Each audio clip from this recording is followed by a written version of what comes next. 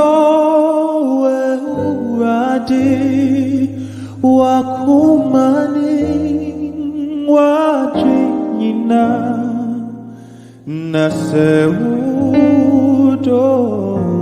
yonku udounia sewua sasa sieni dani butu Mipo tutu oku pumpa insuro noka na Yesu kau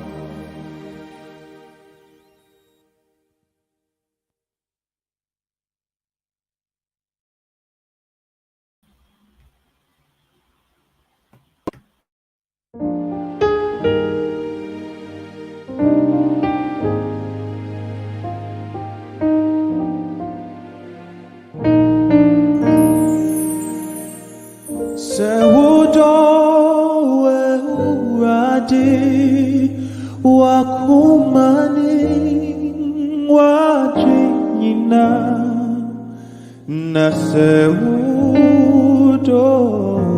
yonku udounia sewua sasa sieni dani butu Mipo tutu oku pumpa insuro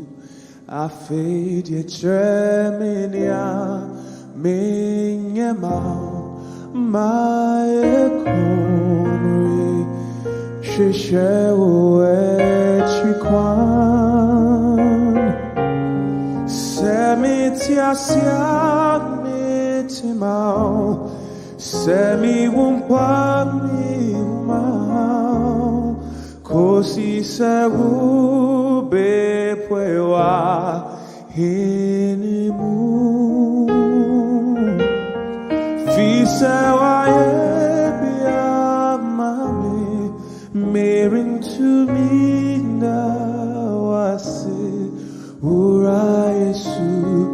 I fade if I may cry.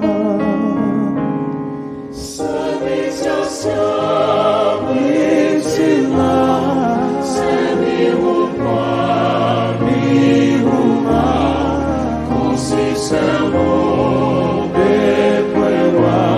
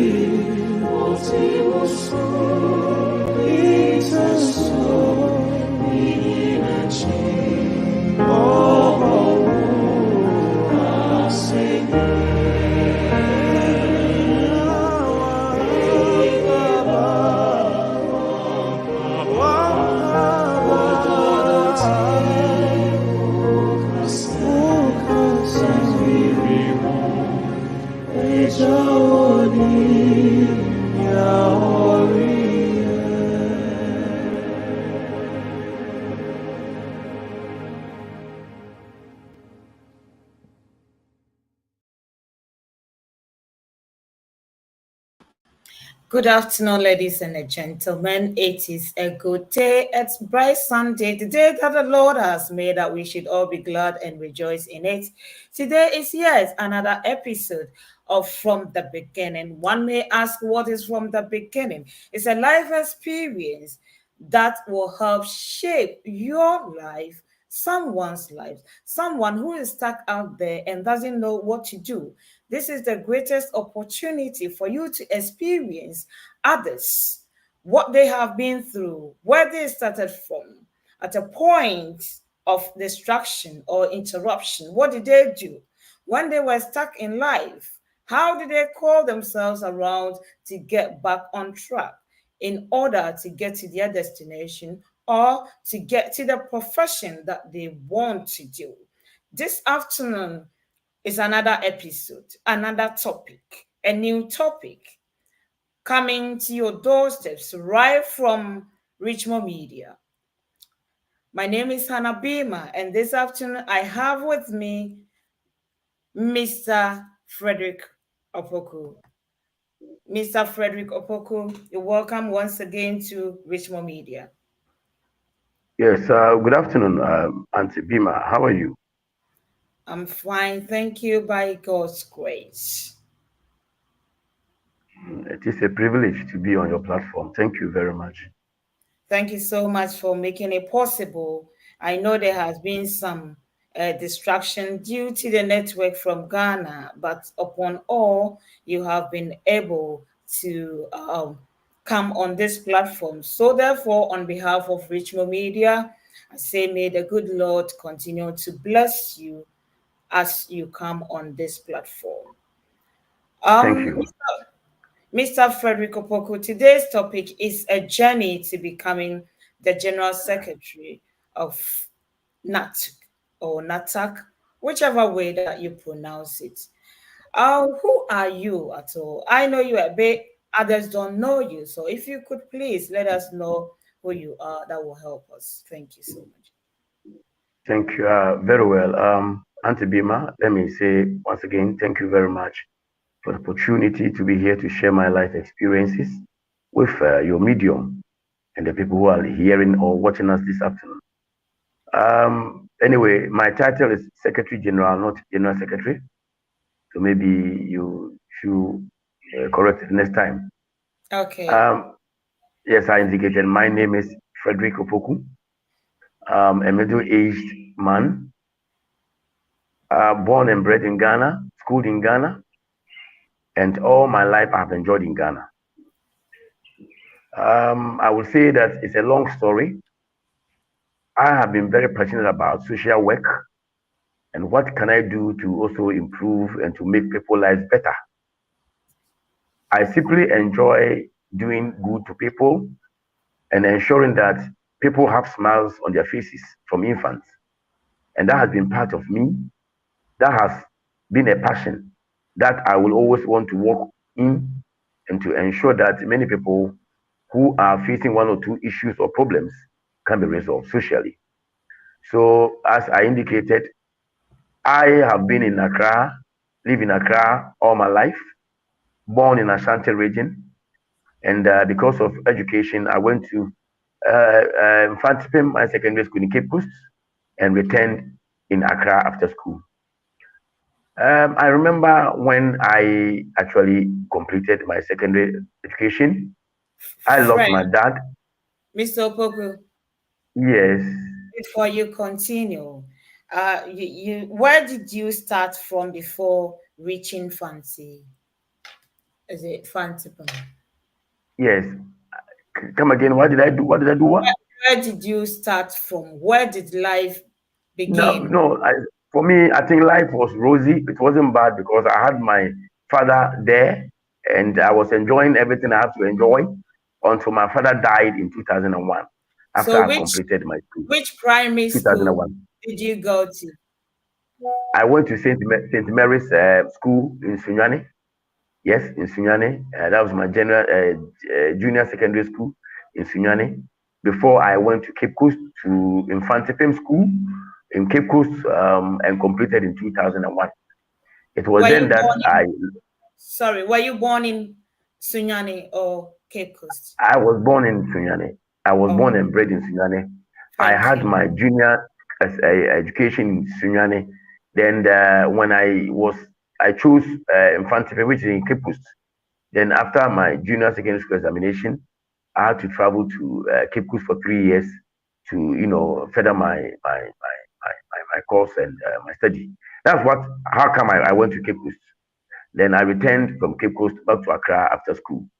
Yeah, that is when I think immediately after secondary school, I lost my dad about 6 months or so, and I had some young guys behind me, about three children behind me, siblings behind me, and as a senior brother, I needed to do a whole lot of things to safeguard them.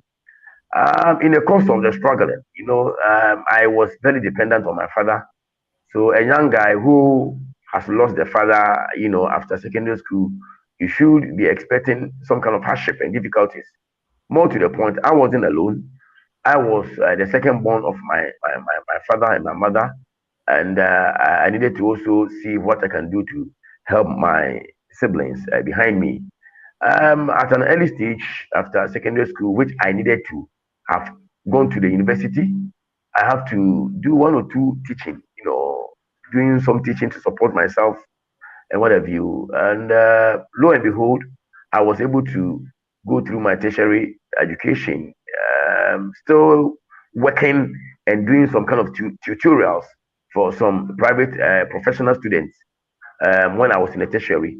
Then God being so good, I was able to complete. Then I had my degree, and from then I have liked and loved working for people, considering the challenges and difficulties I went through. I have been a social worker ever since, and I enjoy doing non-governmental work to make life better for the people in society. And I decided to go into housing because alongside I had one or two experiences, bad experiences, which I needed to also front for some slums and communities around. And that indeed actually gave me the opportunity to serve almost about 100,000 population in the community as their secretary for the past for 20 years after school. So you could see it was up and down, up and down. That ignited my passion. In fact, my passion to do whatever possible to make sure that I am able to advocate and to support people who are facing serious housing challenges. If you go to other parts of this country, Ghana, you will find a number of women because of misunderstanding between the spouse, a man and a woman. Women are driven, thrown out from their home, and I became so much passionate about such women, and I thought I can do something better to make their life better. That is where that day I consulted one or two of my friends who also thought it was a good idea. We came together. That was the beginning of the National Tenant Union of Ghana formed to enable us to get a platform to influence the policies of government and to also ensure that initiative that government brings is a policy that seeks to help majority of Ghanaians, especially women who are driven away from home, women who are homeless. And you know, if women are homeless, a lot of issues come into play. Health issues, people have to, because of where they have to lay their heads, they are tempted to even enter into unfriendly relationship because they want a place to lay their head. So you could understand the challenges that many women who have been driven away, beaten, driven away from home, and what they go through. Some sleeping in front of kiosk, some sleeping in front of in the middle of street at the night. A whole lot of things goes into that. Actually moved me into working in the area of social housing. In this case, housing for women betterment. Thank you so much, Mr. Opoku. You mentioned of your schools, but when you got to the tertiary education, we didn't hear of the school that you attended. Could you please clarify on that? Very well. I actually attended the technical university in Ghana, and after that, I did other UK professional courses in marketing. So I'm a professional marketer. Apart from my experiences in the area of doing HND in marketing, I did ICM, Chartered Institute of Marketing, and I'm a professional marketer. Let me be very frank with you. Yes, yes, sure. Thank you so much. So you'll be able to help us to market our platform for us. Exactly. So if I'm given opportunity to do so. That would be a great idea. Okay. So who has been the greatest inspiration and a motivator in your life? Thank you. Okay. What I can say now is that as I indicated in my narration of my story, I was very categorical at that. What has inspired me are the people and the faces I see every day, now and then, demoralized because they are homeless. I wouldn't say that I have one particular person that has inspired me, but I have multiple number of people that because of their situation has inspired me, has urged me on, and has actually enabled me to do much more for the deprived people in society, to make life better for them and to bring smiles on their faces. So those who have motivated me, those whom actually I see that ignite my passion are the deprived people, especially women who are handicapped and are homeless. Thank you so much for that. Within the COVID-19 um, period, the pandemic period, I mean, the initial points when we didn't know what to do, when How was work? Were you working outside, or has your work just been in an office environment? And how did it affect your profession? Thank you. Very well. Definitely, Auntie Bimah. COVID-19 was a uh, was a serious blow for every individual, organization, or entity. And the National Attendance Union of Ghana was no exception of the ramifications that was brought about by the COVID-19. Ideally, I am of the belief that it actually impacted the way we do our things, a situation whereby people couldn't leave. But unfortunately for us, we had a tag and we were given the opportunity to go to communities and to ensure we educate them much more on how to live better in their rooms. I usually visit slum areas where you see close to 10 to 12 people who are living in a room, in a common room, in the city of Accra. So we go there, try to give them health tips, education about how they can space themselves and to make themselves better. So ideally, I wouldn't say it did not affect us. We were all affected, but because of the role and the work that we were doing, like the people in the health sector, they were given opportunity, they were given tag, they were moving and doing their going about their normal duties. And the tenant union of Ghana also had same consideration. And I wouldn't say our work was so much undermined.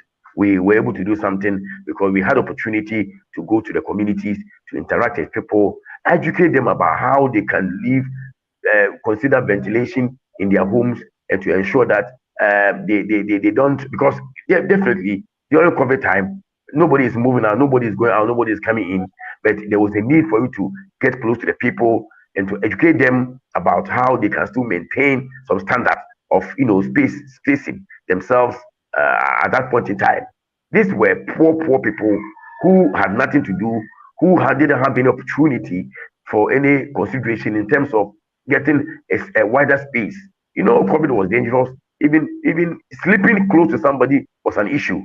So you imagine people. I was working much more with the Kayayi, the head porters. These are women or ladies who travel from the northern part of Ghana because of hardship.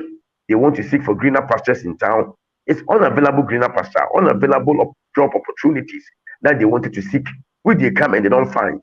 They don't find. Housing becomes a problem to them. So you go to the environment, the suburb of Agubushi, the old Fadama there, you see one room with about 15, 18 women or ladies between the ages of 18 and 35, all living in one room. So there was a need for us to actually intensify our education on how to space themselves so that they can also stay healthy. That's what the tenant union of Ghana was doing during the COVID-19, and it was important that we also believe that we achieved a whole lot of milestone in the era of COVID, and we were proud to have also contributed something little to make life better for people, even at where COVID has scared everybody to be in closed doors. We were out to still do our social contract with the people. Thank you so much, Mr. Boku. If that is the case, what has been your biggest challenge and joy for working in Ghana as a Secretary General of NATUG? Thank you very much, Auntie Bima. You see, let me recall. The biggest challenge is not me, Frederick, but I also want to align or link it to my organization, the National Tenant Union of Ghana. Definitely, you will be overwhelmed by the number of cases that are brought to you every day, every hour, every minute, because people are evicted illegally. People are not given opportunity to be protected by the same law which need to protect them. In Ghana, Ghana has a housing deficit exceeding 2 million housing units. 2 million housing units means that supply and demand of housing is an issue. And this situation has actually plunged people into abject poverty. abject poverty in the sense that you have to use fat monies to chase for I would say unfit accommodation, because landlords take opportunity and advantage of the loopholes of the implementation of the Rent Act. Now in Ghana we have the Rent Act, Act 220 1963. Imagine that a law that came into being in 1963 and now it has lost its relevance. We have been asking for the government to review the law over the years. For the last 10 years, the tenant union of Ghana has been asking government review the law for it to come in tune with modernity. Many people aren't able to pay their rent. One single room in Ghana here will cost you a little over 200, or let's say 80 to $100 a month, and income is not increasing, income is not growing. So you could see people are suffering. People have to resort to bank loans, expensive bank loans with suffocating interest. And when they go for the loans, it takes them time to pay. And many of the tenants who are not able to pay them are incarcerated, are in prison. And it's so sad. If you look up to all these things, you could see the challenge is big. The issue is enormous. So we believe going forward, something better can be done when we are able to advocate and to conscientize government to come in tune with the problems and the challenges of the masses of the people who are finding it difficult to have a place to lay their head. I always say, Abraham Maslow said, physiological needs, basic needs of shelter, food, and your health is very important and basic. So, as part of our pillars as a tenant union, we inform, we educate, and we influence government policies. This has been our mark, our trademark, our bargain, our power to negotiate with government that these challenges and the problems Ghanaians are facing, much can be done about it. Something can be done about it. We need innovative, creative initiative that will enable people to have affordable homes to lay their head. Ghanaians are suffering. People are evicted carelessly, arbitrarily, unfairly, and wickedly. And that's where I have an issue, or we have an issue with landlords or property owners in Ghana. Today, you see many people being evicted because a landlord sleep. He wakes up the next day, he says, I have increased my rent for 200%, and the law does not catch up with them. Meanwhile, we have rent control rules and laws that need to safeguard and protect and regulate the activities of landlord and tenant relationship. But to me, Auntie Bimah, it is not possible. It's unavailable. Even the rent control department of Ghana, Madam Bimah, which is supposed to regulate, don't even have the accoutrement, the resources to enable them to work. So you can imagine a lot of hardship and difficulties comes up. And that has been my challenge. Our achievement has been all the time pursuing a cause, advocating, calling on government, organizing press conferences, press statements, calling on the media, doing a lot of meetings and engaging the government and policymakers to better understand and appreciate the situation of the country to make life better for the deprived and poor people in this country who suffer every now and then because they are homeless, because they cannot pay their rent, because they need to be supported and they don't get the support. Quite recently, the government launched National Rental Assistance Scheme, and unfortunately, 99.9% of people who need accommodation did not get it because there was a clause that seeks to say if you don't earn income monthly, you are out.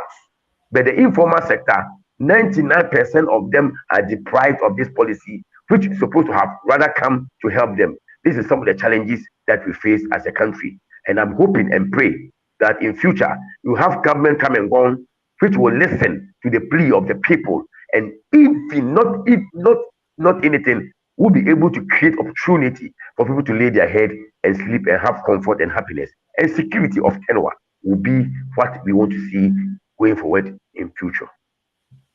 Can I pop? It's like I want to ask a question, which does not relate to what we're discussing, though, but I feel like asking you. So, which government do you think will be able to put measures in place that will be able to support these people? Auntie Bimah, it's unfortunate that I have to make certain statements. We have two governments in Ghana since 1992. MPP and NDC governments have all failed woefully. In fact, in terms of housing, in terms of making things better, in terms of improving the economy, this political party, 16 years each, 32 years, they have failed woefully. And basic place for people to lay their head, they could not even provide. I'm hoping that you have a visionary government, an independent-minded government, a government that believes in the people, a government that gives hope to the people. Maybe it's yet to come. But as far as I'm concerned, the MPP and NDC have failed woefully the nation, and I'm hoping things will be better. But honestly, I must be very frank and to confess that there is one gentleman who has actually shown his face, which is Honorable Alan Kojo. Alan Trematin, now who was part of the MPP, according to my my following of him, he has good policies, and I recently heard about his plans for housing. I have believed in Alan Kojo, and I believe that when he's given opportunity as an independent-minded president with executive power to do what is right, he will do better. And I know people who are suffering in the area of housing will have a remedy to their problem and their situations. I pray to the Almighty God that He should grant audience to Alan Kojo to become the next president, the sixth president of the Republic of Ghana, to become president and to help us to safeguard the interest of the masses who face one or two problems with respect to housing. Then we are through. I pray God should have faith with him. God should grant him the audience, see him, listen to his prayers, and make him the president. And I believe that if that gentleman is given the opportunity, things will be better for this nation. The economy will be better. People incomes will improve, and if income improves, then people will have the capital and the know-how to even rent. You will have the resources to go into any accommodation that they want to rent. I pray that God grant Alan Trematin the audience and opportunity to also lead Ghana and make Ghana better. Ghana must work again, and Ghana must rise again. Ghana is now falling. Ghana is in shatters. Ghana is in tatters. Ghana is now running from a stomach ache. And if Ghana is supposed to have been human being, then I would say Ghana is running from a political stomach, and it needs a political ORS. Ghana need to organize. Ghana need to be restructured, and Ghana system has to work. In the UK, in the Americas, you could see systems are working, and we need a government, a president who will make the system work. That if the system works, then the country will be better. Things will be okay for all of us. This is all what we are looking for. And I pray government, God should give us a very good president, a dedicated, committed, and efficient leader that will help us to, make life better for the masses who are suffering as we speak today. Movement for change. Ghana indeed will rise again. As a dad, as a father, as a husband, how have you been able to balance your work with your family? Thank you. Certainly, definitely, a home is home. You cannot run away from home. Your responsibility as a dad, as a man, should be to ensure that you keep your home and to make everybody in the home happy. Your wife should be happy. Your children should be happy. So over the years, about 15, 20 years, I've gone into social work. I've done everything humanly possible to balance my work, my duties, and to share it equally with my family. And I can tell you, my sister, Bimah, everything is going well. The family is happy. The wife is happy. Children are happy. I try as much as possible to be home when I'm supposed to be home and to be out when I'm supposed to be out. I ensure I balance the equation, and it has helped me. It has enabled me to sustain my family. It has enabled me to move on, and I'm happy doing my work and still keeping my family. It has been a marvelous and a wonderful experience over the time. If someone is listening to us this afternoon and wants to become like you, Mr. Frederick Opku, what advice would you give it to the person, please? Certainly, I believe first of all is God. You need to direct your attention, everything to God. Believe in God and believe in what you believe in. Be dedicated, be focused in what you do, and believe that whatever you think is good is good. You should not allow people, or you should not allow people to bring their indifferences, their issues to block your way. Whatever you believe and you are determined that this is what I want to do, be focused and do. Be determined. Whatever you focus and do and you are determined, you will achieve results. If it is whatever, do not listen to your yourself, believe in yourself, and believe that whatever you do will help. This has been what has actually urged me on, because whatever I do, I believe in it. I pursue it with all passion that it deserves, and it has really, really, really helped me. I sometimes listen to people. I take advice, but I don't allow people's advice to override my belief and what I think can be better for me and the people I want to serve. I believe that you need to be dedicated, be committed, and be loyal. Be trustworthy, and ensure that you build a life of integrity where people can trust you. In the work I do, if people are not don't trust me, if I have not actually conducted myself well, then people would not be engaging me, and I wouldn't have been having such experiences with people. So I believe integrity, experience, dedication, and commitment to your work is also central.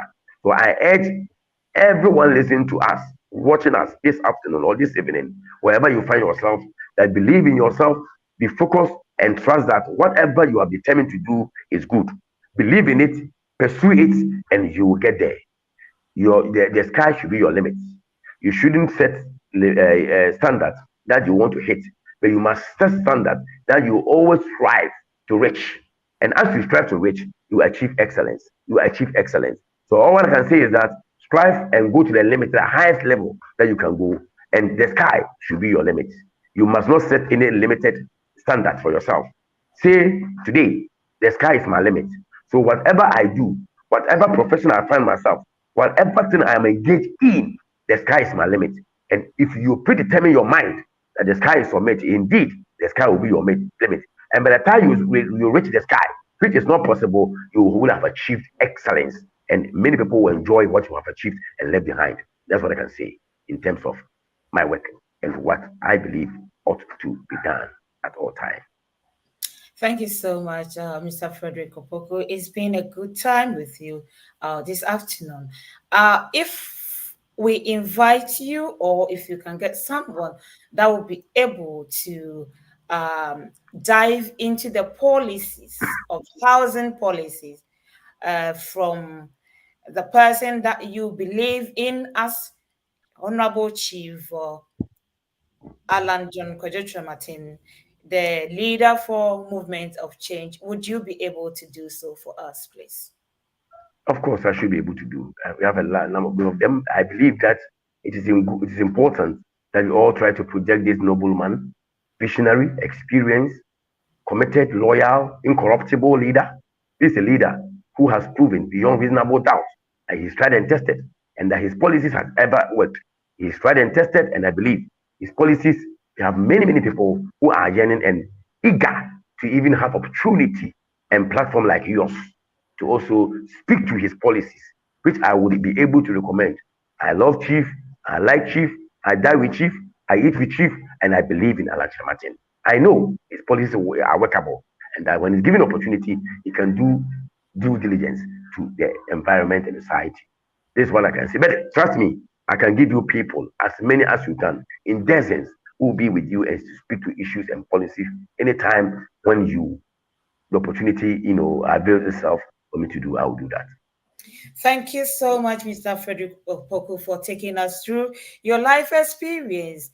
By the grace of God, where you started from St. Mary's Primary School in Sunyani to Fansipim, Cape Coast, then to Technical University in Ghana. You had a HND in marketing, and there was one other course that you did in marketing that I couldn't catch it up. But ICM, traditional marketing, yes. okay, then. Okay, so you have taken us through your life journey and where you are as the Secretary General for, is it NATUG or NATAG? How do you pronounce Not, it? it will be Sorry, NATAG. NATAG. NATAG. Okay, so NATAG, NATAG. the secretary. He said I shouldn't say general secretary because he's You not see, general Secretary secretary. General. It's like the United Nations Secretary General, because I am speaking for almost 18 million Ghanaians. So you can imagine, we are even bigger than the Trade Union Congress, TUC. We are bigger than them. and we are bigger than every association. We are the mother of all associations in Ghana. So you could see Secretary General befits the leader of this group, which advocate for more than 18 million Ghanaians to make their lives better. Thank you, Mr. Opku. If someone has a problem with housing and wants to contact you for advice or guidance, how can the person keep in touch with you, please? So the person can call, this is our hotline number, 0244633447, 0244633447, or 0261 255 255, 0261 255 255. If you call this number in the morning, in the afternoon, at dawn, 24/7, the Tenant Union of Ghana will be at your service, no matter when. When you are thrown out, at the point of being thrown out, in the middle of being thrown out, we give you solidarity from day one to the time we go to the court to ensure that justice is dispensed. Thank you. Thank you so much. Indeed, justice will be dispensed. If you are going through any problem that concerns housing or accommodation in Ghana, and we have Mr. Frederick Opku, the Secretary General for NATUG, who will be there for you at dawn or evening or morning, whatever time that you think your problem is overtaking you. Just call the number that he puts on, and you will be able to be assisted.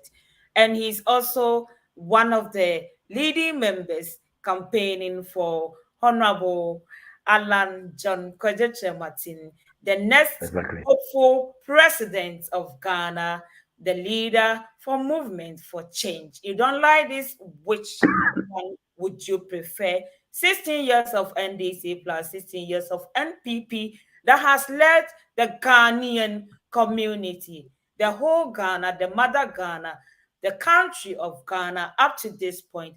Do we need a change? Do we need to be transformed? That is what Mr. Frederick Opku is advocating for. Possibly very soon we will have someone who will be able to take us through the policies concerning the housing that Mr. Opku has enlightened us into this afternoon. There is a comment that I would like us to have, not many, but Mr. Akonjoy says, watching you live from Ghana in the Volta region. Thank you so much, Brother Akon, for always giving us your time, your love. The support for Richmond Media is so great. Indeed, we really appreciate you so much. Mr. Frederick Opku, we cannot stop thanking you upon all the difficulties that you went through before getting to this point on this platform. You have been able to bring joy and happiness as you always want to give it to the people, because when the people are happy, you are happy indeed. May the good Lord continue to bless you as you reserve your time, your energy, and everything to make this platform a successful one this afternoon from the beginning. Until the same time again, my name is Hanna Bimah from Richmond Media, coming to your doorsteps next week, every Sunday, the same time is 1604 p.m. UK Ghana time, and any other time, wherever you are, you can convert it. Until then, it is bye-bye for now from the beginning.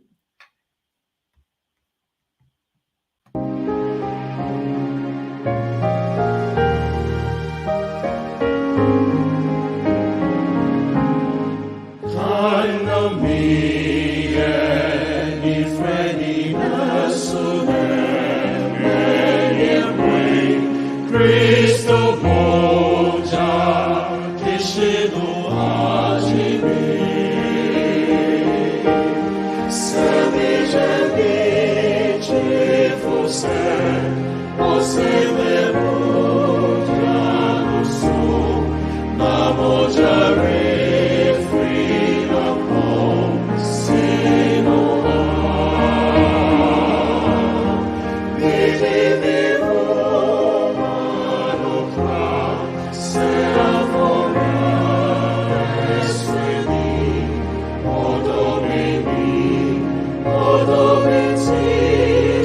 Cristo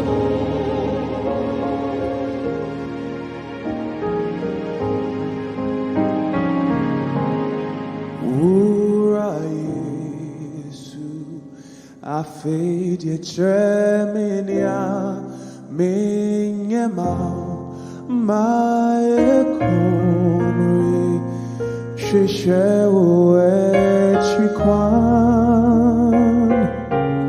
Semitia Siak Mitimau, Semi Wumpami Mau, Kosi Sewu Bepewa. Hinimu